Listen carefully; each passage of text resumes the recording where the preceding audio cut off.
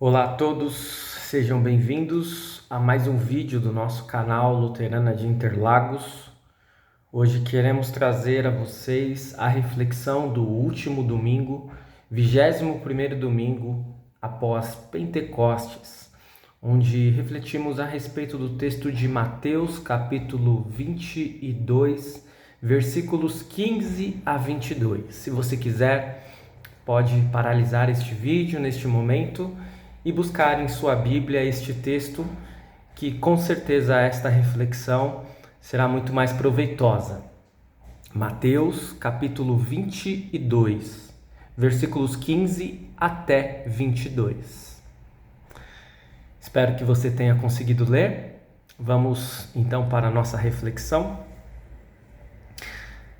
Estimados e amados irmãos, por vezes nós vivemos uma vida que acaba se tornando tão automática que nós acabamos não nos dando conta sobre por que fazemos o que fazemos. Se pararmos para pensar, veremos que só fazemos o que fazemos por duas razões. Ou não temos escolha e fazemos algo porque somos obrigados, ou nós fazemos algo de livre e espontânea vontade, porque queremos fazer. Normalmente o que nós queremos fazer é porque nós gostamos ou porque desejamos passar por uma experiência. Quando nós temos que fazer algo é porque somos impelidos, coagidos, obrigados a fazer aquilo, ou por uma imposição do Estado, do governo, da justiça, da Receita Federal ou de alguém que está acima de nós. Na leitura do Evangelho de hoje, nós temos uma questão que traz à tona muitos desdobramentos contextuais, políticos e religiosos, e que no final pode nos fazer refletir sobre isso. Há coisas que temos que fazer porque somos obrigados, e há coisas que iremos fazer porque queremos fazer. Benjamin Franklin, um dos líderes da Revolução Norte-Americana, certa vez disse que nada no mundo é certo, exceto a morte e o pagamento de impostos. E se nós pensarmos do ponto de vista cristão que estamos na expectativa do retorno de Cristo e quando ele retornar haverá pessoas que sequer irão morrer, poderíamos dizer que a única coisa certa deste mundo e desta vida é o pagamento de impostos. Nem precisamos refletir muito para saber que os impostos e as taxas que nós pagamos são coisas que fazemos porque somos obrigados a fazer. Ainda mais em se tratando de Brasil, em que normalmente tudo está embutido no preço. Quem em sã consciência pagaria seus impostos com alegria e desprendimento, sabendo que o dinheiro que é pago não será revertido como deveria em benefícios para a população?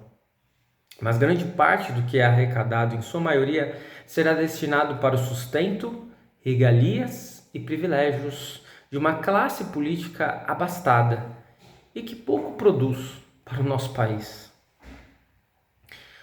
Os desdobramentos contextuais do texto do Evangelho de Mateus, no entanto, vão nos indicar uma outra questão ainda mais complexa.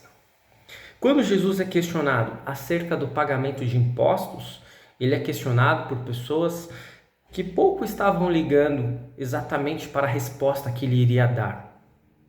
Diz o texto que os fariseus saíram e fizeram um plano para conseguir uma prova contra Jesus. Sagazes e espertos que eram, eles bolaram a armadilha que eles julgavam ser a armadilha perfeita.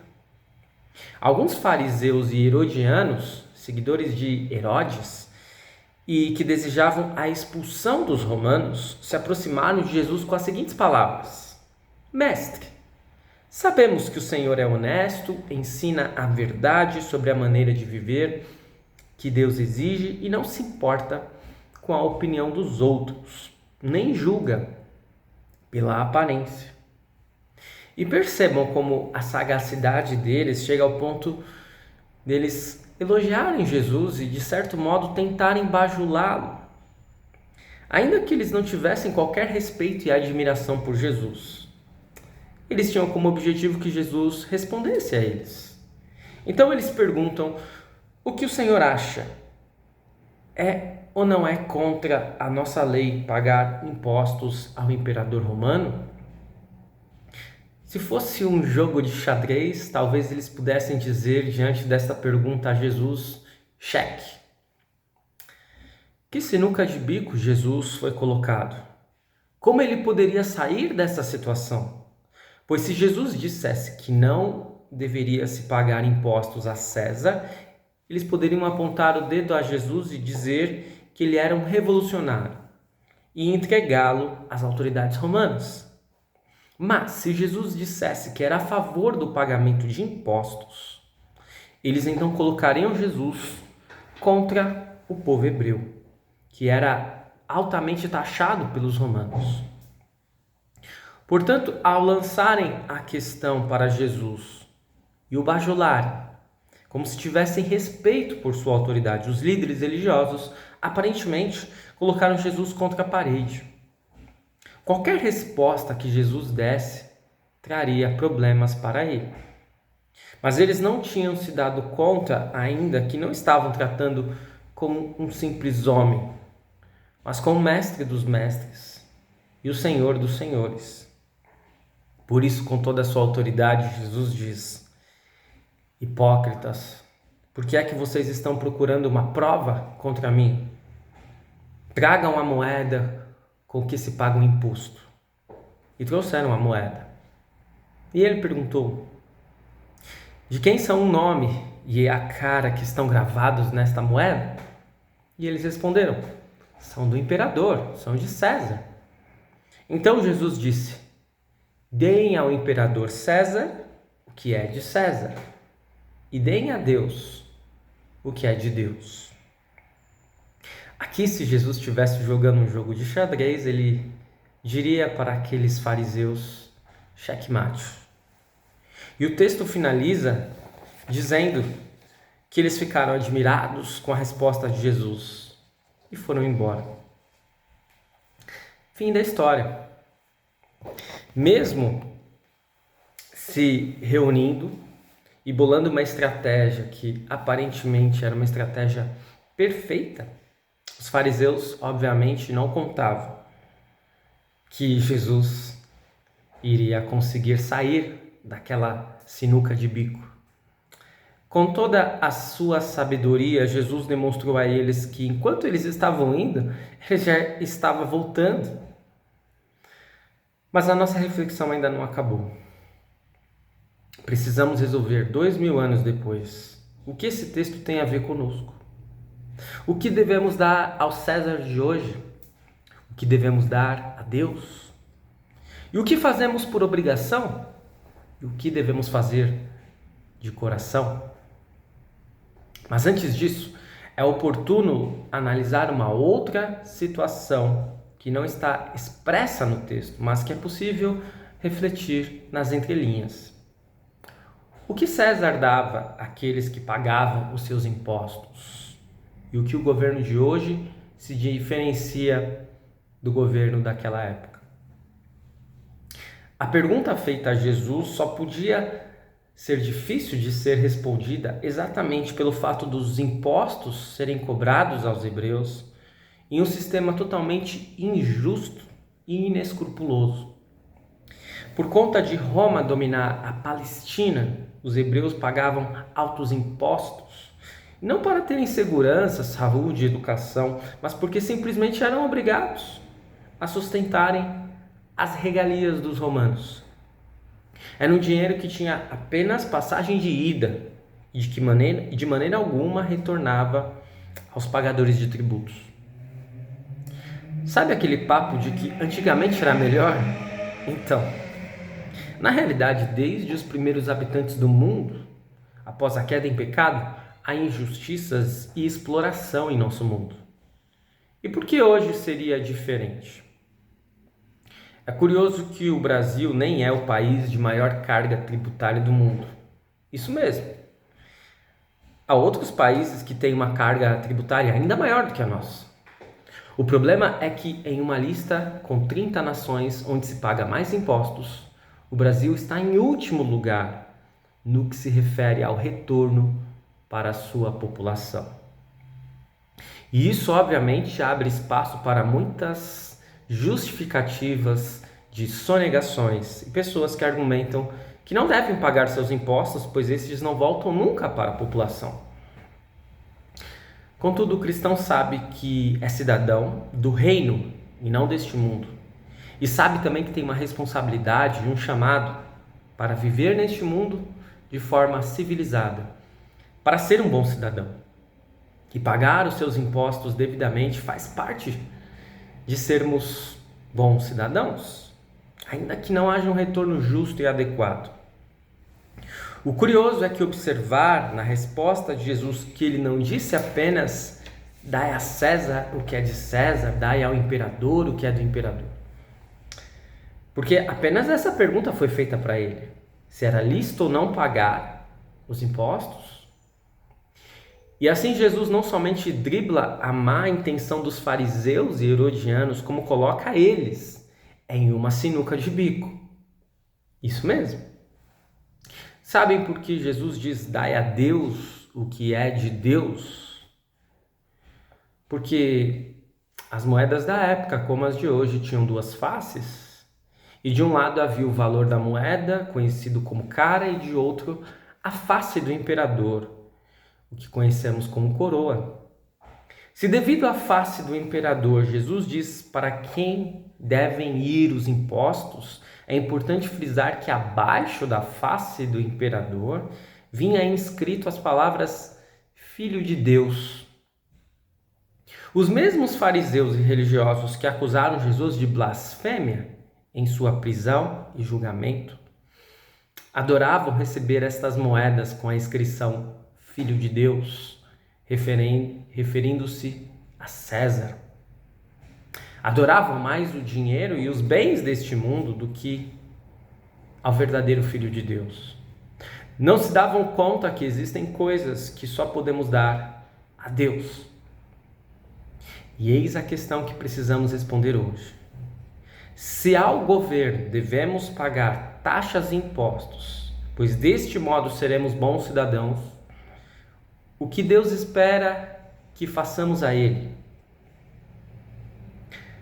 Antes de dizermos o que devemos dar a Deus, é oportuno observarmos o que Deus nos dá.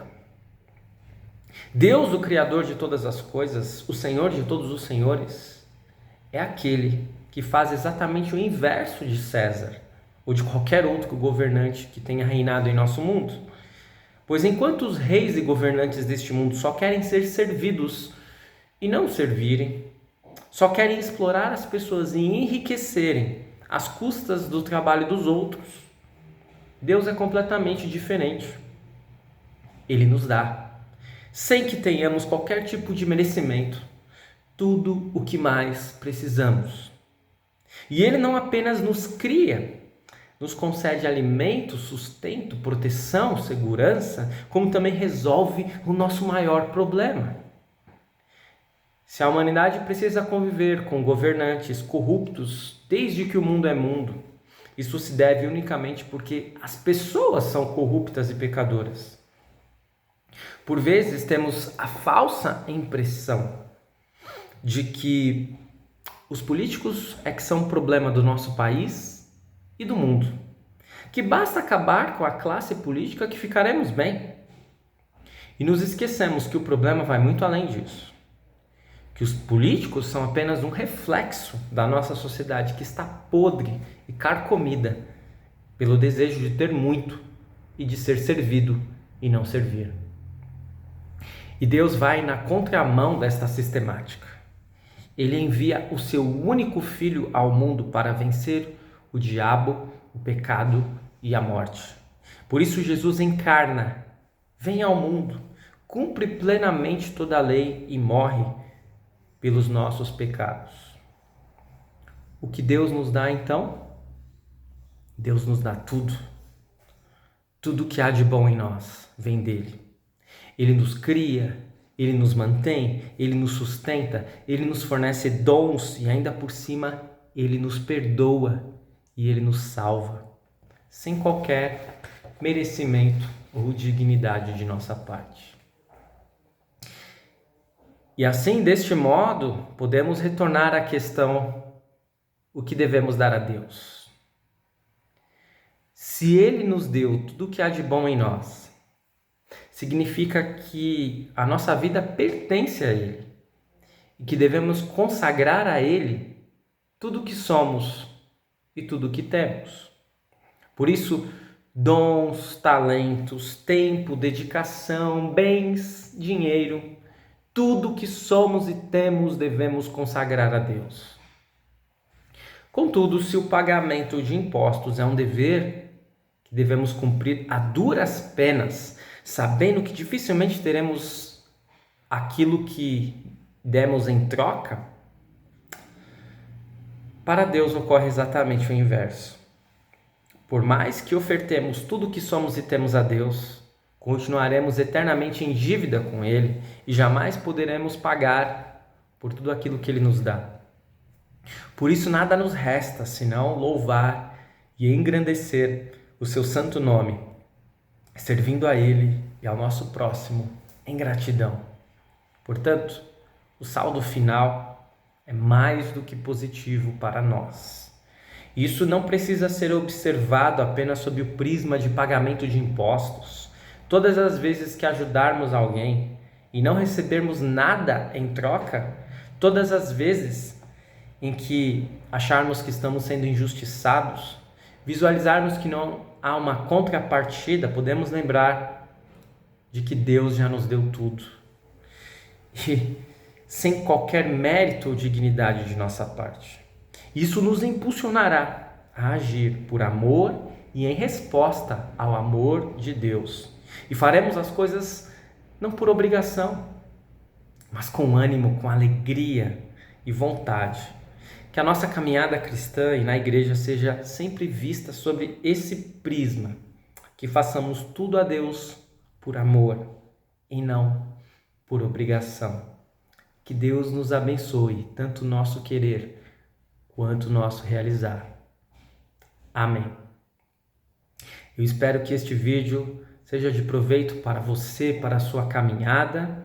Que Deus o abençoe nesta semana. Continue seguindo o nosso canal, curta, comente e compartilhe. E até o próximo vídeo. Muito obrigado.